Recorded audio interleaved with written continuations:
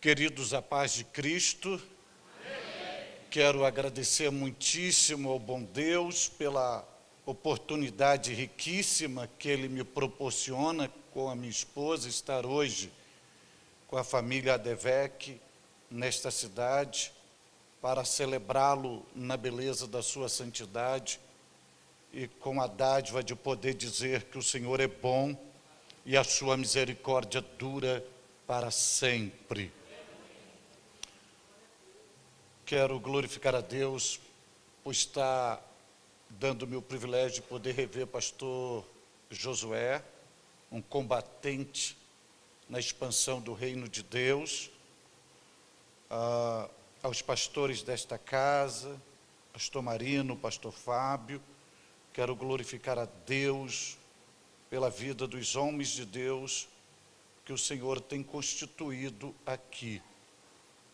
E aproveito o ensejo para dizer a esta igreja que vocês são muito amados pelo Senhor. E qual a razão que me motiva a dizer isto?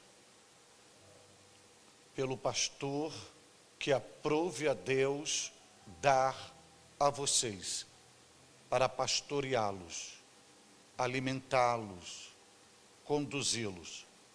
Pastor Henrique Bravo é um homem que tem doado a sua vida ao altar do Evangelho, por onde tem passado só tem deixado rastro de luz e feito os trabalhos extraordinários.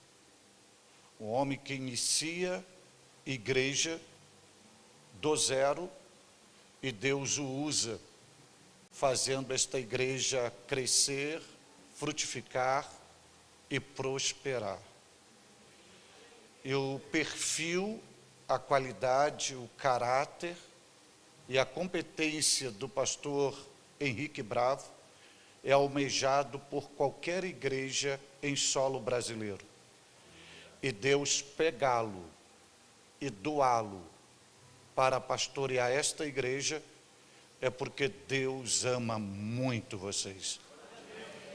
E a Slavec deste ano gerou um impacto muito grande na minha vida, veio ratificar e consolidar princípios praticados, e dentre eles o princípio da honra. A honra é a essência do próprio Deus, e só honra quem tem o DNA divino. A honra nasceu na mente e no coração de Deus. E a primeira criatura que quebrou o princípio da honra tornou-se Satanás. Logo, todo aquele que honra, ele reproduz Deus na face da terra. Haja vista que Deus estabeleceu um princípio: honrarei quem me honrar. Honrarei quem me honrar. Então, quando honramos, nós exalamos o perfume de Cristo, demonstramos que temos o DNA de Deus e que reproduzimos Deus no mundo dos homens. Então, eu vou pedir a gentileza dos senhores e senhoras que estendo as suas mãos em direção ao pastor Henrique Bravo e digam todos comigo: Pastor Henrique Bravo, eu te reconheço como autoridade espiritual,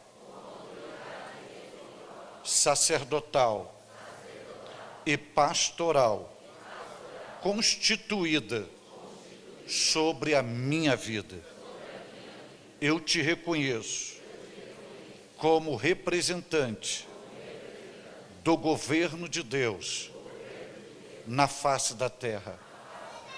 Logo, eu não consigo mais ficar órfão de ti. Então eu rogo ao Deus dos céus que te dê saúde e longevidade, longevidade e saúde, saúde e longevidade. Longevidade e saúde. E que cada passo que der no solo desta terra seja confirmados pelo Senhor. E onde colocar as mãos, haja conquista, prosperidade, para a glória do nome de Jesus. Que o Deus dos céus multiplique sobre a vossa vida, sobre a vossa família, sobre o vosso ministério, a bênção, a graça, o amor, a misericórdia, a compaixão e a fidelidade do Deus dos céus sejam plenamente multiplicados em sua vida, não somente hoje, mas até Cristo voltar.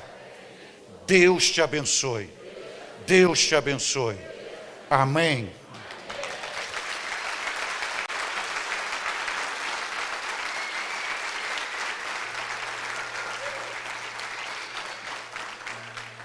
Lidando com pessoas algumas décadas, e dentre essas décadas, há mais de 3 décadas, e principalmente nesses últimos anos, confirmou toda a nossa trajetória de estudo, que esta última geração a qual nós estamos inseridos é a geração mais doente de toda a história da humanidade. Nunca houve uma geração tão doente quanto a nossa geração ou esta última geração. E esta geração está doente em um solo que não deveria estar doente, que é o solo da alma. Hoje é possível você encontrar uma adolescente, 14 anos, como idoso ou uma pessoa velha de 500 anos dentro dela. Uma pessoa que perdeu o sabor da vida, que amanhece o dia dizendo que está entediada, que vive trancada o dia todo, sem nenhuma atividade. Mas é possível você encontrar hoje uma pessoa idosa com 70 anos, fazendo caminhada, andando de bicicleta, fazendo academia, ouvindo música e cantando música, porque carrega uma criança dentro dela. E baseado nisso, passei a escrever alguns livros para dar uma resposta a essa geração. E dentre eles é este aqui, Superando os Getsêmanes da Vida. Eu trato de uma reação depressiva que o homem Jesus teve. Sim, o homem Jesus. Ele teve uma reação depressiva.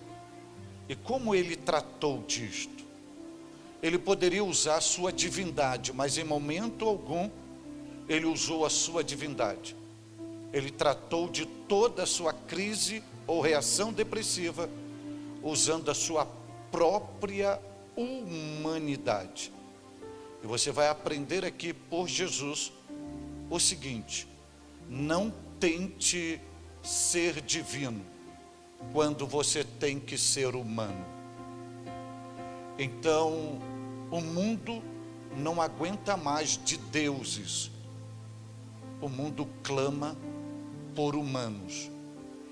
Quanto mais deuses tentarmos for, estamos reproduzindo o caráter ou a natureza de Satanás.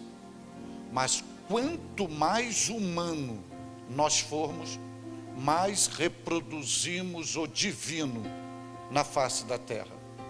Este livro tem mexido com a vida de muita gente e está ao seu dispor. Outro livro que tem abençoado muita gente é Tira Minha Alma da Prisão. Eu trato de uma depressão profunda que o maior motivador de outro ser humano a adorar a Deus está preso, Davi. está preso na maior prisão, que não é de concreto, não é de ferro e não é de aço. É a prisão das emoções. E o Salmo 142, ele grita: tira a minha alma da prisão, para que eu volte a louvar o teu nome, e o justo que me rodeia, eu vejo o bem que tu tens me feito. Você vai aprender aqui a alma e a colcha de retalho. Essa geração não sabe quem é isso, mas quem é da antiga como eu, sabe que uma colcha de retalho é constituída por pedacinhos de retalhos, toda costurada. E quem a vê depois de pronta, a elogia e só enxerga a beleza, mas não sabe que ali são pedacinhos. Há muitas vezes na nossa vida, quem olha para nós, acha que está tudo bem, mas a nossa alma está como uma colcha de retalho, toda costurada. Como superar isto? Este livro tem apresentado muita resposta, e eu tenho obtido muito testemunho. Dentre eles, um recente, cheguei num evento para pregar, um homem de 80 anos me identificou e veio correndo com o livro aberto, lágrima nos olhos, para que eu pudesse autografar, e dizendo-me: estou vivo hoje graças ao teu livro, porque há 3 meses, quando o senhor veio aqui pregar, eu estava decidido a me suicidar. Eu adquiri o teu livro, e o teu livro mudou o meu comportamento, a minha mentalidade, e hoje eu estou vivo. E outro livro é este aqui, Abrindo o Coração para Não Morrer do Coração. Eu trato de uma exaustão emocional do homem Jesus, o último nível de um esgotamento, de um estresse emocional que um ser humano pode chegar, que clinicamente é diagnosticado de hematitrose. É quando os poros dilatam e os fios finíssimos arrebentam e sai o sangue misturado ao suor. Jesus chegou a esse estágio. E como ele tratou disto? Jesus era o único homem que podia se trancar em si mesmo, mas ele não fez isso. Ele pegou Pedro, Tiago e João, levou para dentro do Getsêmani, para abrir o seu coração e para dizer: a minha alma está profundamente triste. Estou com pavor, síndrome do pânico. A minha alma está em angústia. Jesus não guardou nada que era tóxico dentro dele. Botou tudo para fora. E Jesus sempre entendeu que pessoas curam pessoas. Ele não se isolou. Ele é amante da sociabilidade. E ele disse assim para os 3: ficai-vos aqui. Ele disse: eu não quero nada de vocês, a não ser o calor humano de vocês. Esse livro tem muitos líderes infartando, morrendo, e às vezes porque estão se trancando, e na saída estarão ao seu dispor, e será bênção na sua vida. Abra sua Bíblia, por bondade. Vou fazer uma ministração ao seu coração. Obrigado, querido. Abra sua Bíblia hoje em Cantares de Salomão, capítulo 2, versículo 11, para você achar com facilidade Salmos, Provérbios, Cantares de Salomão. Capítulo de número 2, versículo de número 11 e o versículo de número 12. E quando você achar esse texto bíblico, você pode dizer graças a Deus. Quando você achar, então diga graças a Deus. Vou lê-lo na versão Almeida Corrigida Fiel, e na versão bíblica que tem em mãos está escrito assim: porque eis que passou o inverno, a chuva cessou e se foi. Aparecem as flores na terra. O tempo de cantar chega, de acordo com a versão que está nas suas mãos, o tempo de cantar chegou. e a voz da rola ouve-se em nossa terra. Amém? Nós estamos diante do livro de Cantares de Salomão. É um livro riquíssimo para toda a praticidade da nossa vida, seja sociológica, biológica, familiar, emocional e espiritual. O livro de Cantares de Salomão é um manual por excelência para a vida conjugal. Mas também nele existe uma série de riquezas, e é justamente pelas suas riquezas que ele está inserido no cânon sagrado. Quem vai entoar esse cântico é o grande sábio Salomão, filho de Davi. Mas Salomão não canta apenas esse cântico. À luz da Bíblia, Salomão vai cantar 1005 cânticos e escrever, citar 3000 provérbios. E 2005 cânticos, 1005 cânticos que Salomão entoou, aprove a Deus na regência e ação inspiradora do bendito Espírito Santo, pegar este cântico e inserir no cânon sagrado para conduzir a nossa vida na face da terra. O livro de Cantares de Salomão também é um livro cristocêntrico. É possível você visualizar a pessoa de Jesus no livro de Cantares de Salomão. O livro de Cantares de Salomão também é um livro pneumatológico, ou seja, é possível de você visualizar em Cantares de Salomão a pessoa do Espírito Santo, a ação do Espírito Santo, o ministério do Espírito Santo, as obras do Espírito Santo, os frutos do Espírito Santo, como também toda a obra ministerial de Jesus. O livro de Cantares de Salomão é um livro eclesiológico, porque é possível enxergar a igreja, a ação da igreja, a prática da igreja, a vida da igreja, o ministério da igreja e o destino da igreja em Cantares de Salomão. O livro de Cantares de Salomão também é um livro ministerial. É possível você visualizar atividades ministeriais importantíssimas no livro de Cantares de Salomão. E o livro de Cantares de Salomão também é um livro escatológico. É possível você visualizar no Cantares de Salomão sinais da vinda de Jesus. A vinda de Jesus, o arrebatamento da igreja, a grande tribulação, o governo milenial de Cristo, tudo em Cantares de Salomão. Mas de todas as riquezas que Cantares de Salomão nos proporciona,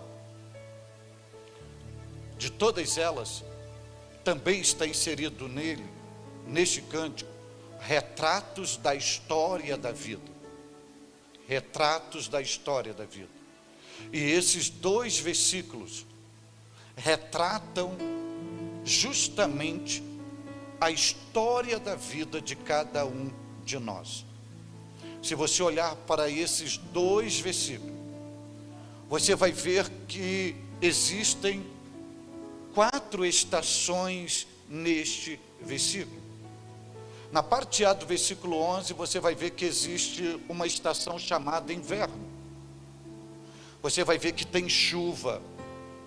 Você vai ver que tem uma primavera iniciando ao versículo 12. Você vai ver que tem cântico de pássaros. Você vai ver que também tem um tempo de cântico. Isso acontece muito no verão. E esses 2 versículos, eles apresentam estações para nós, numa linguagem poética, numa linguagem camponesa. Mas aqui está os retratos da história da vida. E a essência divina que inspirou Salomão é mostrar aqui para nós que a nossa vida não foi construída por Deus para ser monótona, para ser uma rotina, para ser estagnada. Não. A nossa vida é caracterizada por estações, que você pode chamar por fases. Por fase. E Deus, que é o grande projetista da nossa vida, Ele já sinalizou isso no processo criativo, no quarto dia, quando Deus vai criar o sol, Ele vai criar a lua e Ele vai criar as estrelas. Quando Deus cria o sol, tipologicamente, Ele está apontando para Jesus. Tipologicamente na lua, Ele está apontando para a igreja. E tipologicamente as estrelas para os pastores. Mas quando você olha para a Bíblia Sagrada, a Bíblia também vai dizer que nós somos um sol.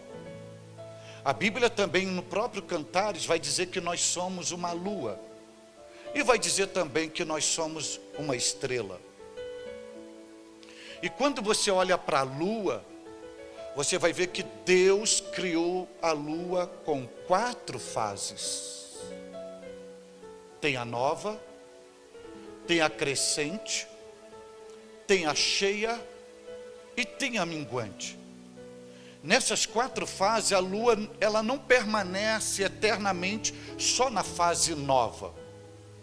Aí depois ela cresce e pensa que vai ficar só crescendo. Não, aí vem a cheia. E quando ela pensa que atingiu o limite máximo, ela começa a minguar. As 4 fases, Deus nos ensinando que toda a nossa história de vida é caracterizada por fase. E olhando para a lua, existe um momento na nossa vida que tudo é novo. É só novidade, é só surpresa. E quando a gente acha que é o suficiente viver só as novidades, Deus nos leva a um outro nível de crescimento. Aí crescemos, produzimos, avançamos e achamos que é o máximo. Aí Deus nos leva ao outro nível, que é do cheio, da abundância, da plenitude. Aí você diz, daqui nunca mais. Aí quando a gente pensa, tenho tudo, aí Deus nos leva para a fase minguante. E não tem nenhuma injustiça divina nisso. E por que Deus nos leva para a fase minguante? Para que possamos vivenciar novamente o que é novo, o que é crescer e o que é viver cheio. E é justamente o que este versículo nos proporciona. Quando você olha para a parte A do versículo 11, veja se tem aí uma estação chamada inverno. Veja, inverno. O que representa o inverno na Bíblia Sagrada? O inverno na Bíblia Sagrada é sinônimo de adversidades, de crises existenciais, de intempéries, de circunstâncias que estão fora do nosso controle. O inverno não pede licença para chegar. No tempo determinado por Deus, o inverno chega. E o inverno não é exclusivista, também não é preconceituoso, também não faz discriminação. O inverno chega no interior, no casebre do camponês, mas chega nos arranha-céus. O inverno não escolhe faixa etária, chega para o recém-nascido, para o idoso. Não escolhe nível social. Ele chega para o paupérrimo e chega para o grande milionário. Não escolhe pele. Ele chega para todos. E é interessante que não adianta fugir do inverno. Por exemplo, na Europa, América do Norte agora, é a fase do inverno. E se alguém de lá, sair de lá para vir para cá, para fugir no inverno, achando que está fugindo, querendo ou não, julho vem aí. E tem um inverno aqui. Porque inverno não se foge. Inverno se adapta, se encara, se enfrenta. Assim são as crises, as adversidades da vida.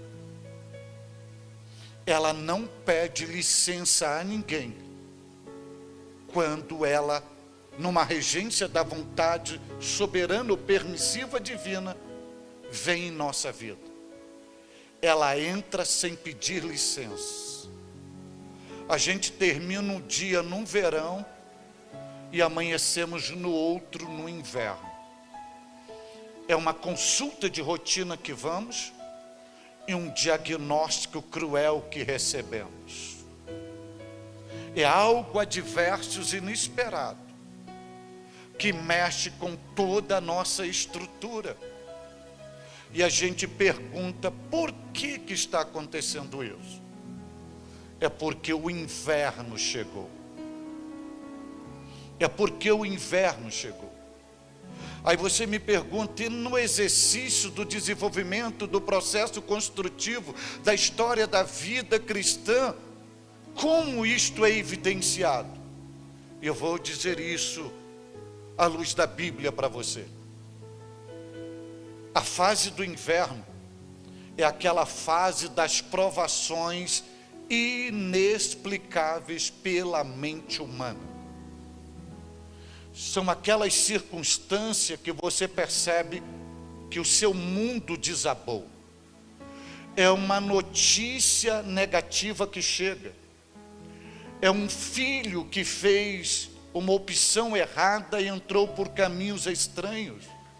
Como vos disse, é um diagnóstico médico inesperado. É uma porta que se fecha. É algo destrutivo que acontece. Aí você faz uma anamnese da história da sua vida e você percebe que você vem construindo uma vida com temor, com obediência, com fidelidade ao Senhor, honrando ao Senhor. Você está bem com Deus, sua vida está no altar, você está em comunhão, mas tudo mudou. Mudou o clima, mudou o ambiente, mudou as emoções, mudou os sentimentos. E você começa a analisar, raciocinar, e a mente humana não tem explicação para que você está vivenciando. Nem você consegue explicar, como servo de Deus, como está inserido neste inverno existencial. Mas a Bíblia, ela nos dá uma resposta para isso.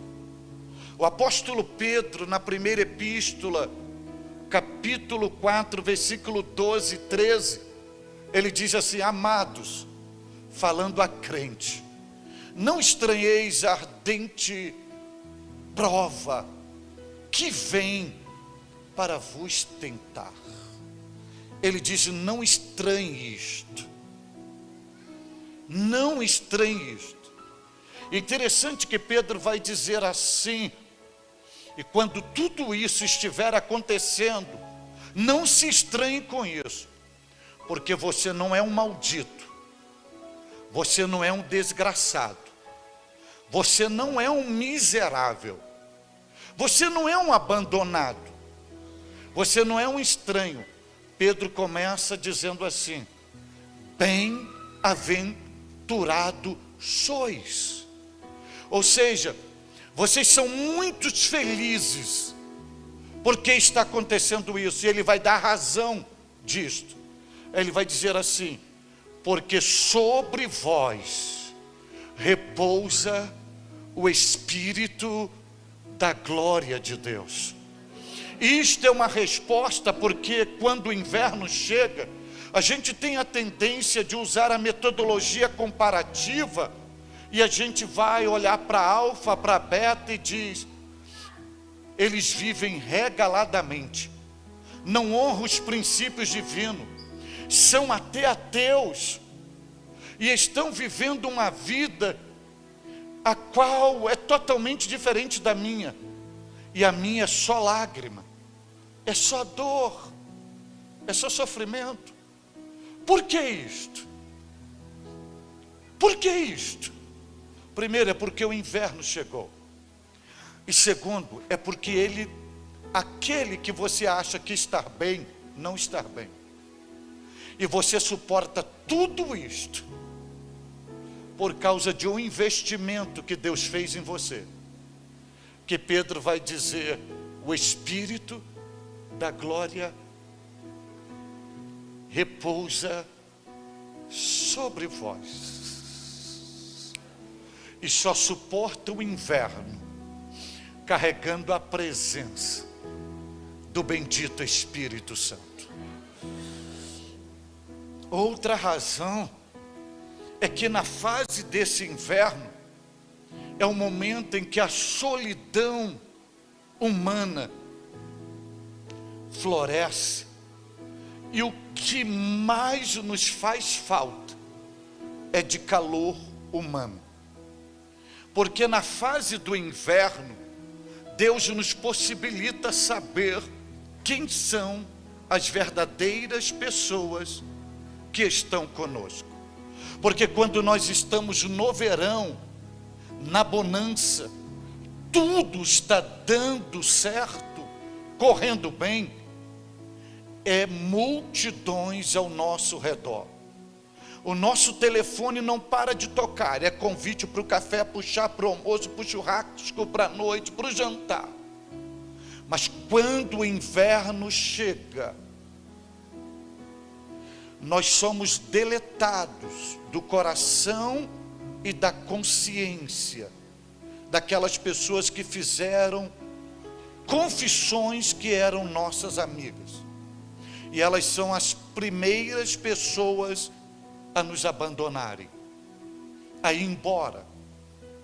E o salmista passou por isso no Salmo 38, versículo 11, quando ele disse: os meus amigos íntimos me deixaram, meus parentes me abandonaram, e os que me conheciam faziam que não me conheciam.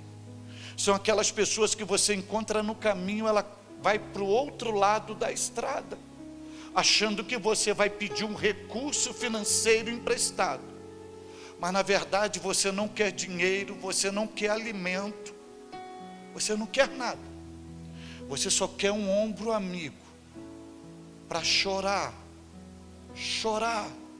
você só quer uma mão amiga para ser aberta, te abraçar, te acolher, te aquecer. Mas desaparecem todos e fica sozinho você. E por que isto? É porque o inverno chegou. E nesta fase é a ocasião que somos identificados pelo mofo. Porque no lugar de muito inverno, fechado, quando você abre, o primeiro odor que vem é de mofo. E o que é o mofo? O que representa o mofo na Bíblia? As falsas acusações. Pessoas que não conhecem o propósito de Deus na nossa vida.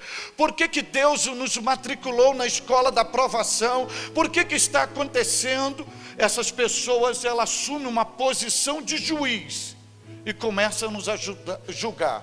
Está assim porque está em pecado, está assim porque está desviado, está assim porque está fora da presença de Deus.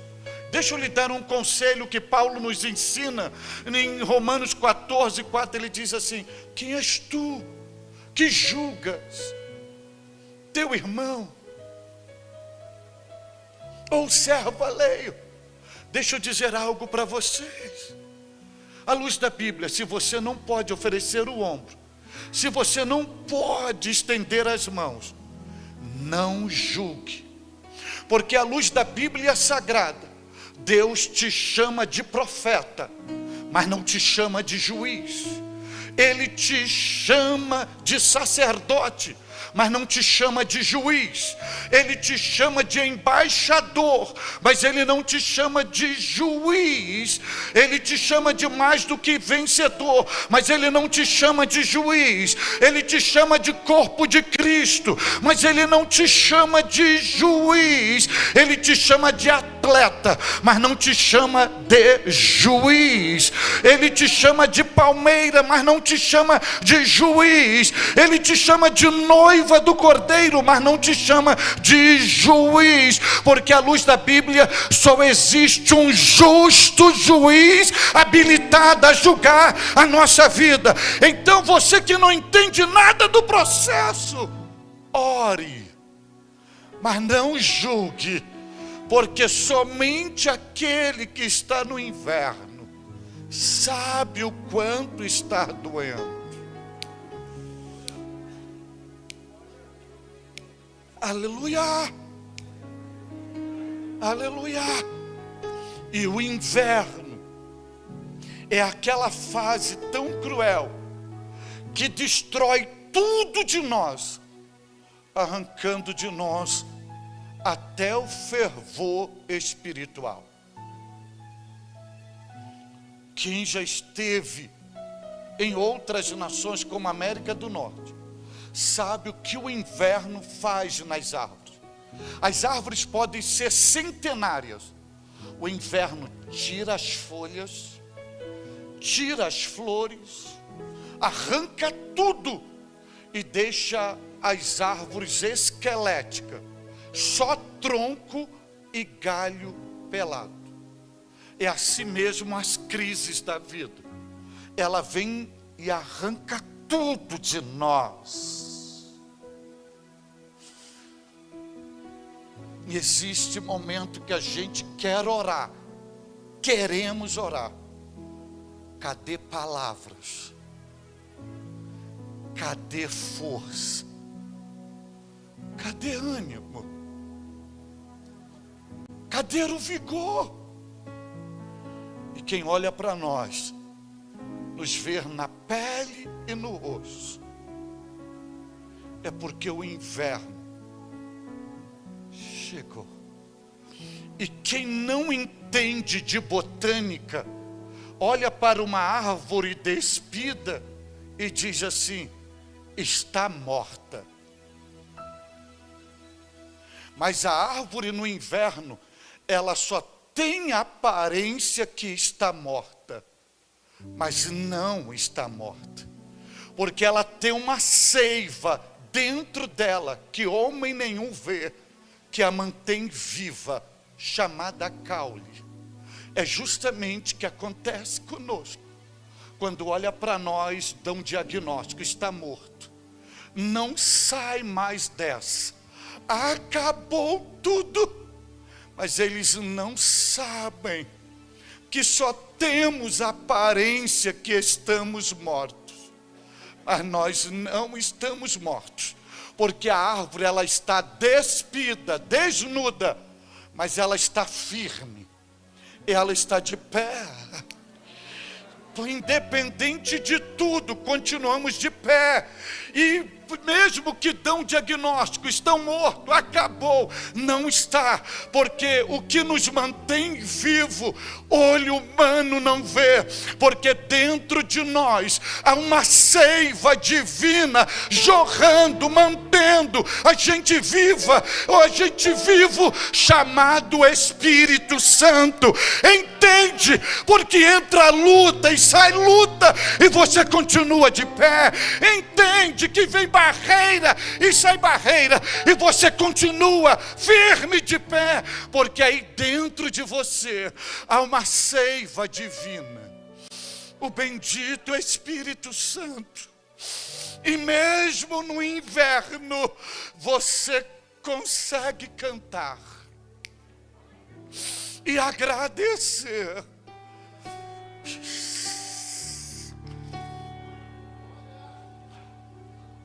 Há uma seiva divina aí dentro de você.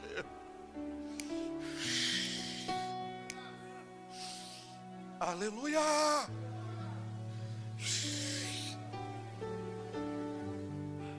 E sabe por que você está dando glória a Deus?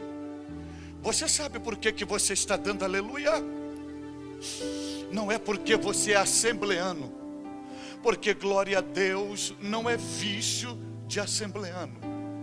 O glória a Deus é uma reação de um culto que existe dentro de nós. É a seiva se movendo dentro de nós. Porque Paulo vai dizer o seguinte: ninguém pode dizer Senhor, Senhor, se não for pelo Espírito do Senhor. Está doendo, perdeu tudo, está no inferno, está tudo ao contrário, mas você ainda consegue dizer graças a Deus, porque há uma seiva aí fluindo.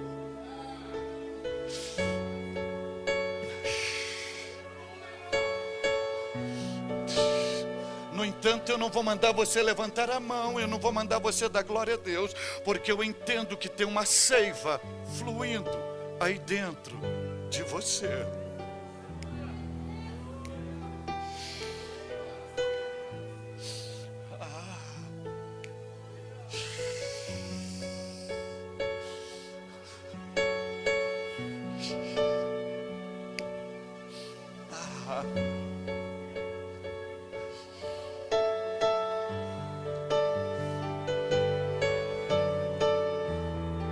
Eu estou dando uma pausa porque eu sei quando eu estou ministrando a presença de Deus vem.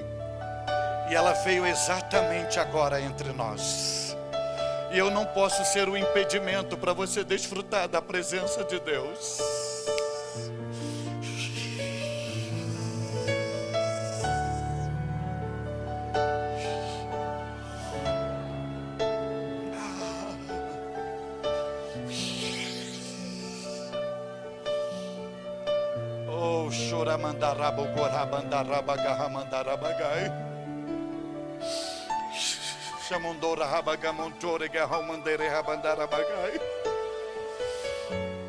E mesmo na árvore, do tamanho que for, da altura que for, da grossura que for, ela toda despida.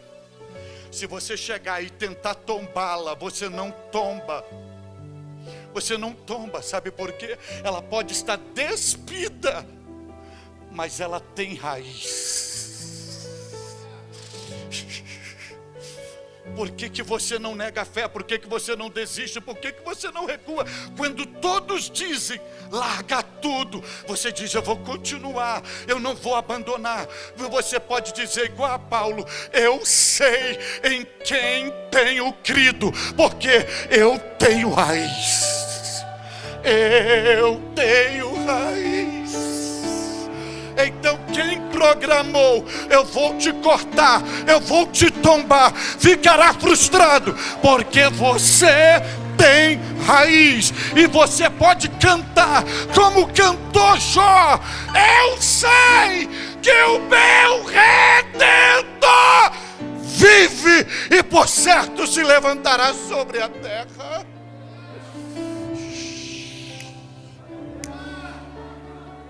Glória a Deus! Mas eu trago boas novas para você hoje aqui, porque conectado a essa estação, a este inverno, tem um verbo, e o verbo não diz que é o verbo continuar, o verbo prolongar, ou o verbo virar, é o verbo passar, e o cântico anuncia, eis que passou o inverno. Deus te trouxe hoje aqui para lhe dizer que hoje é o último dia de lágrima, sofrimento, de dor, adversidade, de crise, de provação, e hoje você vai poder profetizar, passou o inverno, passou a luta, eis que passou.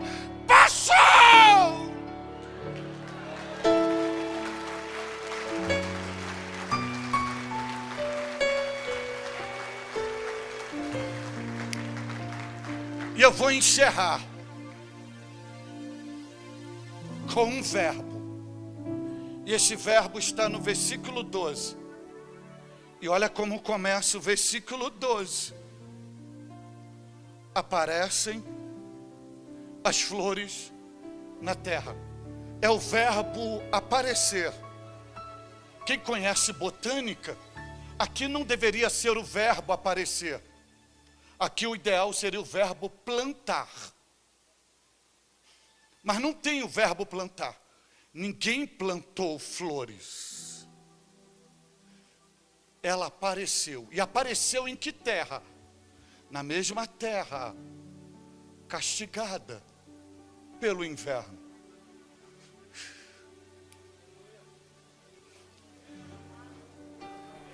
Ninguém vai plantar, vai brotar.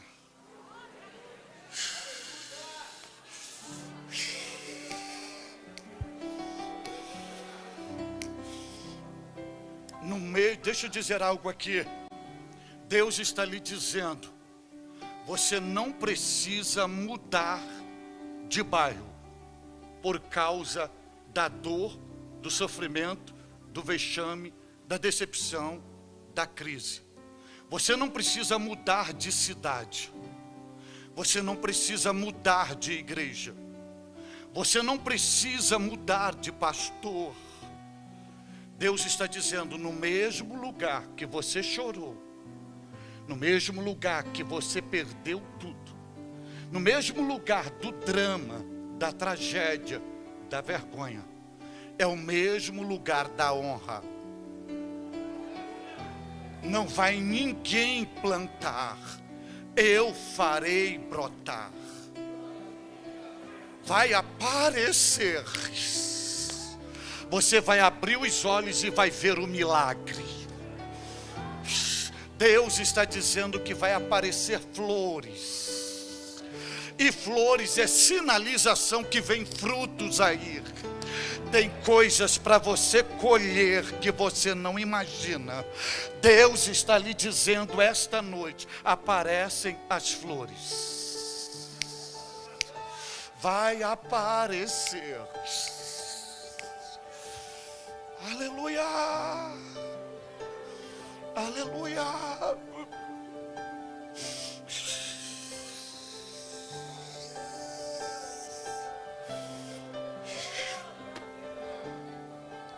Glória a Deus. Glória a Deus. E quando aparecer as flores, vai chegar o tempo de você cantar. Haverá uma mudança nos teus lábios. A mudança de palavras. Haverá cântico novo. Deus está dizendo hoje aqui: eis que passou o inverno.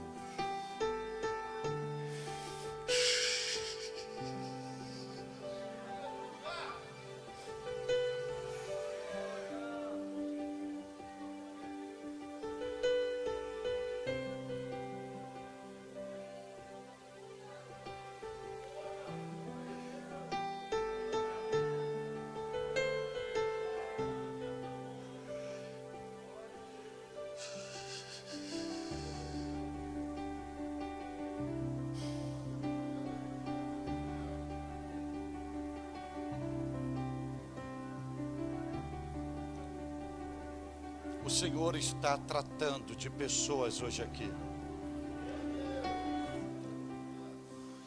E o Senhor está me autorizando a dizer a vós que nenhum de vós voltarás para a vossa residência da mesma maneira que chegaste neste santuário.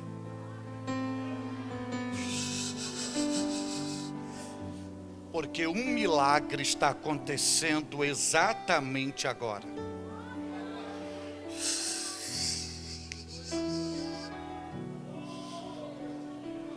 E você vai voltar para casa em uma nova estação.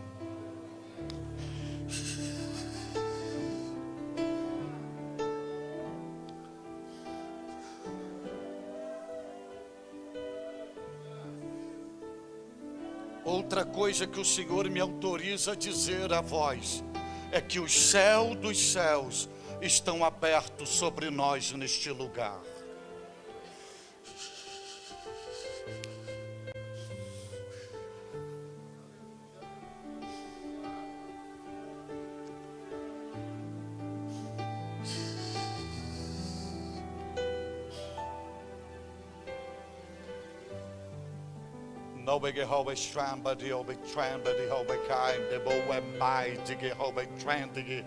Commandio obe camo obe kai obe shramadu obe gemo obe ebatamba di obe emandio obe emandio amantramadi obe obe ebetramadiga obe gamundora bagai. Eu decidi hoje me revelar no meio de vós. Nobe ebega obe chamandio obe chamandio obe amondoba ebechamandio obe chumindio obe amandar bagai. E me apresento como Jeová Rafá. No ebetrama de obetrama de ogemanda ebetrama de obecama de obedai, dizendo: eu sou o vosso Deus, a vossa cura, a vossa saúde e o vosso livramento. No amai to be dig o etrama de obe ambaue ebetrama de obe aue erobe emandoue emandui. E como um grande médico eu faço uma cirurgia em cada um de vós.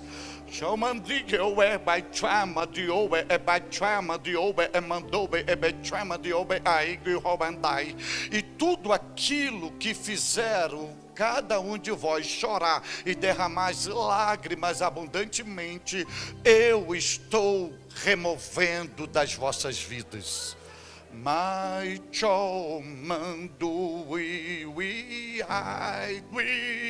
Porque estou estabelecendo um novo tempo na vida do meu povo neste lugar.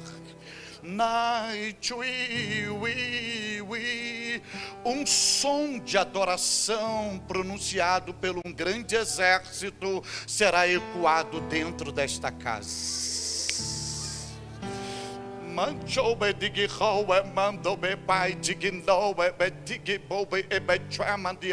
E para que saiba que eu, o Senhor vosso Deus, habito nesta casa e falo conosco, eu vou trazer à memória algo que eu já disse aqui.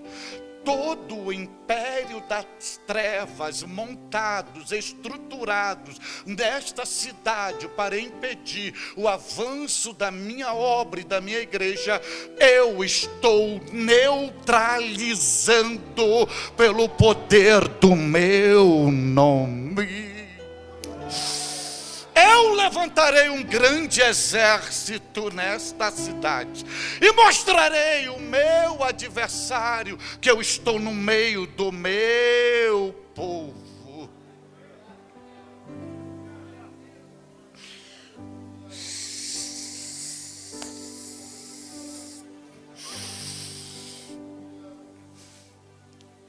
E para que saibam que eu falo convosco, anote os dias, não segundo o vosso calendário, mas ao meu, que eu vou surpreendê-los. E tudo que foi semeado nesses dias, nesta casa, eu contabilizei a dedicação de cada um de vós e colherão abundantemente.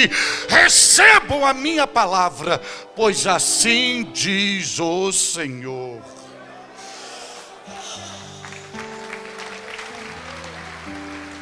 Meu Deus! Se coloque em pé agora. Se coloque em pé, por gentileza.